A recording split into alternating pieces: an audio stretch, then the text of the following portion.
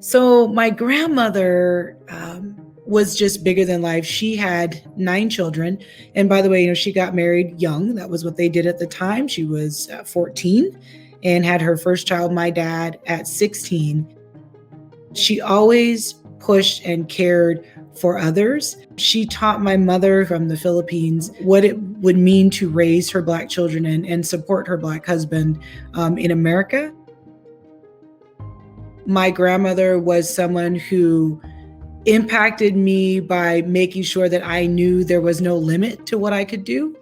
An example is she bought me a word processor in college when nobody else had, when it was a new thing. I don't even know why she knew what that technology was.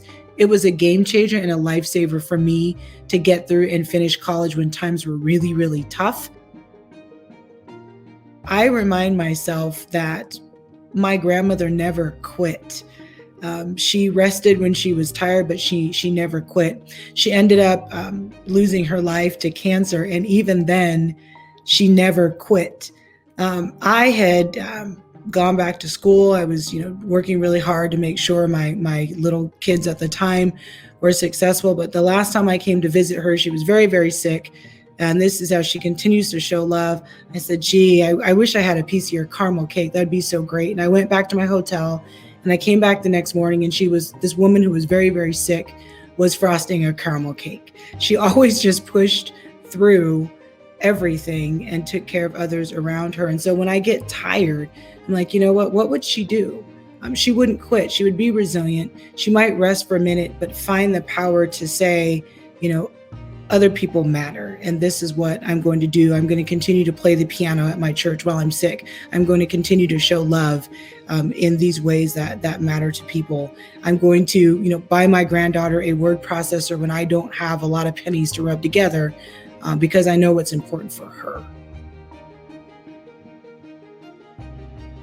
Knowing my roots means that I know that my grandmother lived in a 2-bedroom shotgun home on a dirt road with 9 children and her husband, and still made life be the best possible for other people around her.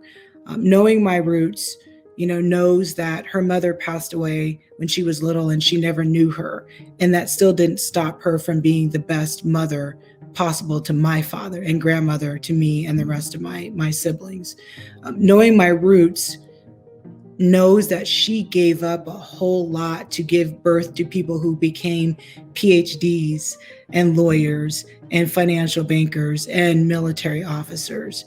And that means that knowing my roots means I have a responsibility to something much, much bigger than Angela Jones. I have a responsibility to this Black community that if we say we serve, we will hold that responsibility carefully and lovingly and execute and follow through.